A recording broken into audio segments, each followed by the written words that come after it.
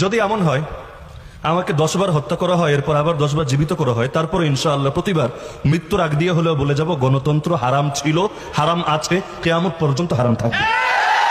পৃথিবীর সব লোক যদি গণতন্ত্রে গিয়ে জড়ায়া যায়, আমার 14 গোষ্ঠীও যদি গণতন্ত্রের সঙ্গে মিলে যায়, তারপরও গণতন্ত্র হালাল হবে না। যেটা আল্লাহর কোরআন দ্বারা হারাম, যেটা নবীর হাদিস দ্বারা হারাম, সেটা চিরকাল হারামই থাকবে। কেউ গ্রহণ করুক আর না করুক, তারপরও সেটা হারামই থাকবে।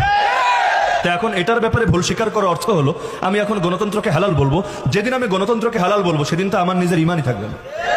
আর আল্লাহ না করুক কোনোদিন যদি আমার মুখ থেকে এমন কোনো কথা বের হয়, সবাইকে সাক্ষী রেখে বলে যাচ্ছি, কোনোদিন আল্লাহ না করুক, আল্লাহ না করুক, আল্লাহ না করুক, যদি এই জাতীয় কোনো কথা বের হয় যে আমি কুফরের পক্ষে দালালি করা শুরু করেছি, আমাকে ত্যাগ করবেন, বয়কট করবেন। ইমাম ইবনে তাইমিয়া রাহিমাহুল্লাহ যেমন বলেছিলেন, তোমরা যদি দেখতে পাও আমি কোরআন মাথার উপর নিয়ে মঙ্গোলীয় তাতারি বাহিনীর সঙ্গে মিলে গিয়েছি আর ওদের সঙ্গে ওদেরকে সাহায্য করে আমি মুসলমানদের বিরুদ্ধে যুদ্ধ চালাচ্ছি, তাহলে তোমরা আমার ইসলামের দুশমন মনে করবা, আমাকে তোমাদের তীরের লক্ষ্যবস্তু বানাবা। একই কথা আমিও বলে যাচ্ছি, সাক্ষী রেখে বলে যাচ্ছি, এই সাক্ষীর সবাই আপনারাও থাকবেন, মিডিয়াগুলোও থাকবে। কোনোদিন আল্লাহ না করুন যদি এমন হয় কুফরের পক্ষে, এই কুফরি ইজমগুলোর পক্ষে মুখ দিয়ে কথা বের হয়, আমাকে বয়কট করবেন।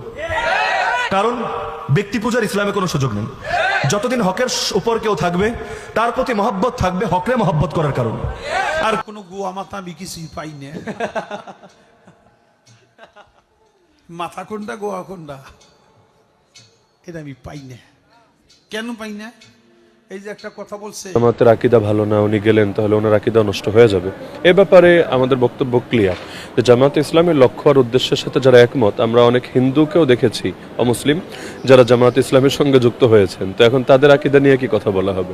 তো জামাতে ইসলামী একটা আদর্শিক রাজনৈতিক সংগঠন যারা সৎ নেতৃত্ব উপহার দেওয়ার মাধ্যমে জাতিকে দুর্নীতিমুক্ত এবং সমস্ত ধরনের বৈষম্য মুক্ত একটা সুন্দর বাংলাদেশ উপহার দিতে চান। এই লক্ষ্যের সাথে যারা একমত তারাই বাংলাদেশ জামাত ইসলামের সঙ্গে কাজ করতে পারে। কয়টা হয়েছে? এক মুখ হয়েছে, দুই কথা কয়। হ্যাঁ রে, মুখ কয় না হুক কয়? এক মুখে দুই কথা কইলে হ্যাঁ মুখ থাকে, হ্যাঁ তো মুখ থাকে না, হ্যাঁ তো হুক হয়ে যায়।